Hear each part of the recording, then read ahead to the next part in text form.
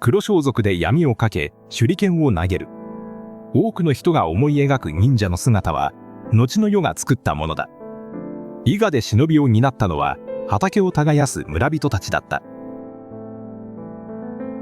1581年、その村に6つの道から4万の兵が入った。9月の夜、伊賀の峠であなたは縄を張る。膝の高さだ。夜なら見えない。落ち葉を蹴って縄を隠す。土の匂いが野良木に残っている。腰にあるのは鎌と短い槍が1本。縄を張り終えた。遠くで草を踏む音がした。山を降りる。谷の底に里の明かりが並んでいる。鐘が鳴った。一つではない。あちこちで鳴っている。伊賀へ入ってくる兵は4万を超えていた。道は6本はあった。あなたが縄を張れる峠は一つだけだ。2年前はこれで勝った。鐘が鳴る。桑を置く。峠へ走る。伊賀を守っていたのは鐘と掟で村人を一つにする仕組みだった。だから道が一つなら足りていた。今夜鐘は6つの方を指している。あなたはまだ動けずにいる。この夜に至る2年前へ戻る。伊賀。天正7年の夏だ。あなたの一日は畑から始まる。朝、桑を担いで田へ出る。稲は穂を垂れている。伊賀の田は狭い。山が近く、谷ごとに区切られている。その谷ごとにあなたのような男の家がある。買った稲はあなたが自分の蔵へ入れる。取り立てに来る侍は来ない。伊賀に大名はいない。守護も国主もこの土地を抑えていない。服部半蔵正成の名は伊賀と結びついて残っている。だが天正9年のこの戦で彼は伊賀の金を指揮する大将ではなかった。徳川家康に仕える武士だった。1581年の伊賀衆が担ったのは敵地の道や兵の数を探り夜に襲い守りにつく仕事だった。その仕事には記録に残る実例がある。ここで挙げる資料は天正9年そのものを記した記録ではない。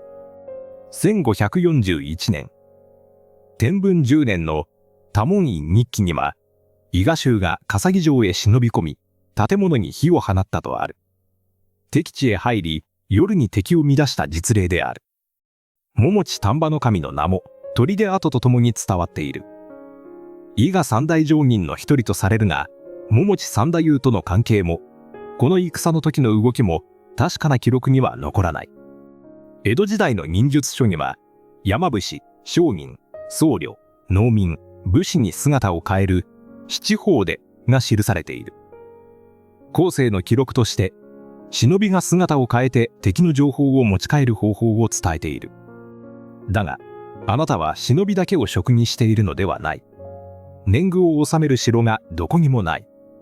決め事は谷ごとの家が宮に集まって決める。秋の終わり、宮の前に村の男が集められる。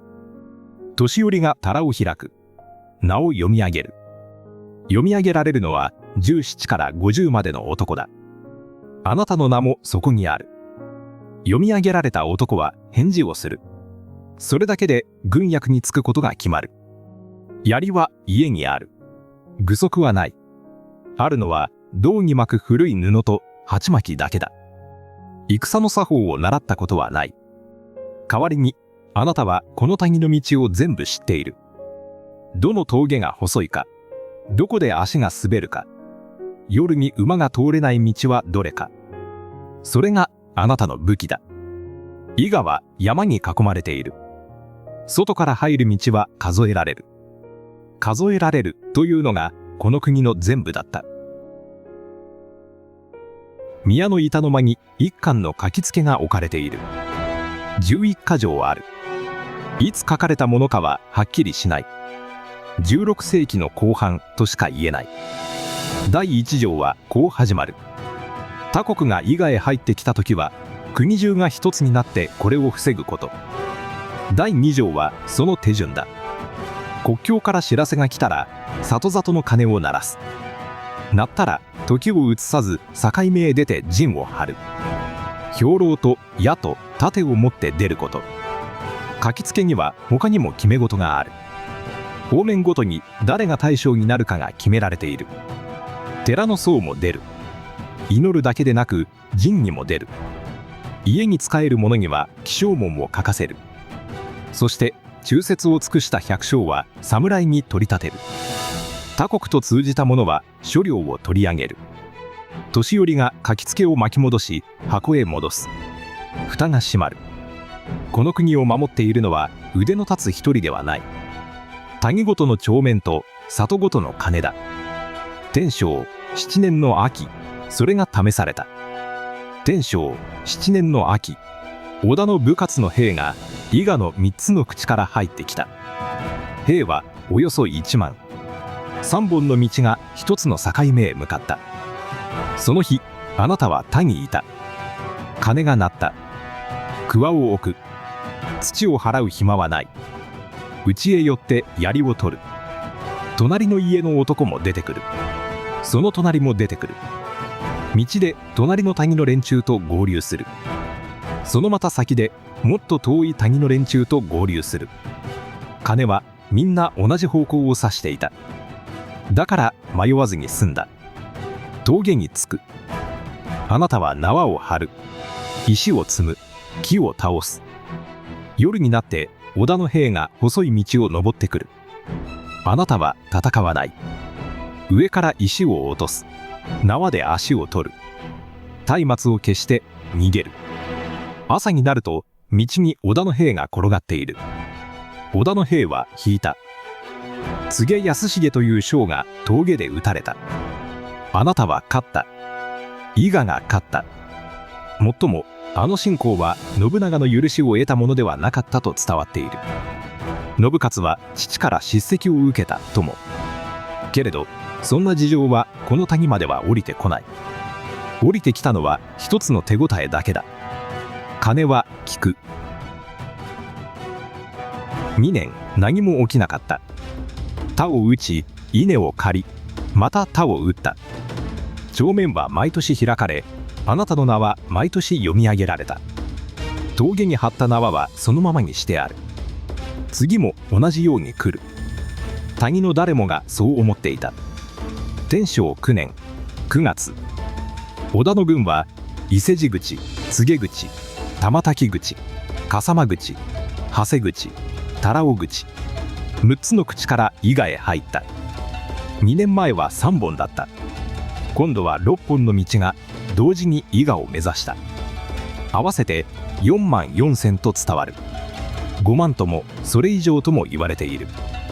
伊賀の男は17から50まで全部集めてもその数には遠く及ばない。その朝、あなたは田にいた。2年前と同じように。鐘が鳴った。桑を置く。家へ寄って槍を取る。ここまでは同じだ。道へ出たところであなたは止まる。鐘が東でも鳴っている。北でも鳴っている。南でも鳴っている。隣の谷の連中があなたとは逆の方へ走っていく。どっちだと誰かが叫ぶ。答えられる者がいない。書きつけには鐘が鳴ったら境目へ出ろと書いてある。境目が6つあるとき、どこへ行けと書いてあるかは書いていない。あなたは一番近い峠へ走った。朽ちた縄がまだ張ってある。足を取る相手は来なかった。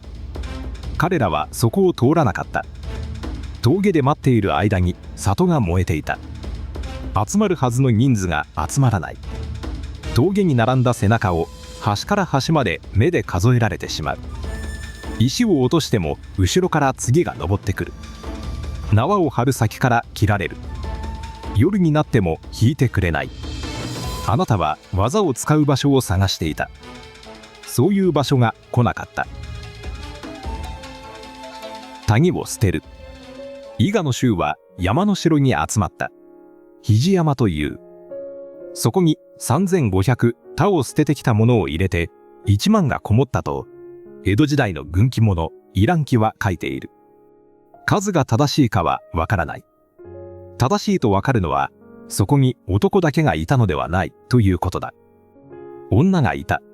老人がいた。他を捨ててきた家族がいた。平楽寺という寺も落ちた。僧が700余り撃たれたと伝わっている。あなたはそのどれも見ていない。見たのは山を越えてくる人の列だけだ。最後に集まったのは柏原という城だった。単角の小さな城だ。土を盛って高い土塁にしてある。東の尾根続きには堀がいくつも切ってある。そこへ侍と老人と女が1600ほど入ったと伝わっている。外は4万だ。あなたは土塁の内側で握り飯を配る列に並んでいる。槍は持っている。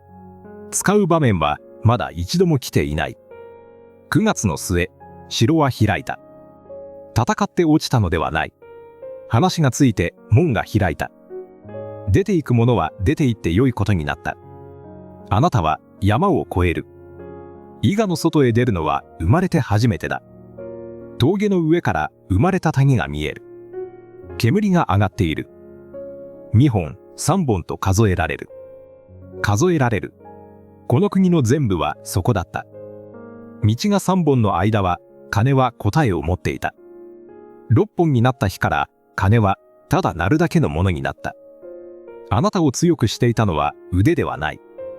鐘が一つの方を指しているというその状態だった。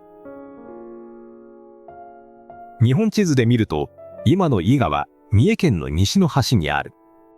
上野市駅で降りて坂を10分ほど登ると上野公園に着く。公園の中に伊賀流忍者博物館がある。同じ公園に白い天守が立っている。これはあなたの知る伊賀にはなかったものだ。今の天守は1935年に地元選出の代議士が私財を投じて木で建てたものだ。東堂高虎が建てかけた5層の天守は完成する前に暴風で倒れた。だからこれは復元ですらない。ただし足元の石垣は本物だ。日本で最も高いと言われる高石垣が堀に落ちている。そしてこの丘そのものはあなたの知っている場所だ。天守が建つ前、ここには平楽寺があった。僧が撃たれた寺だ。正確にどこに立っていたかは今も分かっていない。忍者を見に来た人が歩いている地面の下にその碑がある。地域図の下側、名張へ向かう先に柏原城の跡がある。天守はない。建物もない。あるのは盛った土と幾筋もの堀だ。400年経っても土は形を保っている。上野公園から北へ見ると、肘山は上野の北にある。市街から歩ける道は整っていないので、行くならバスがいる。山に登れば伊賀の盆地が一望できる。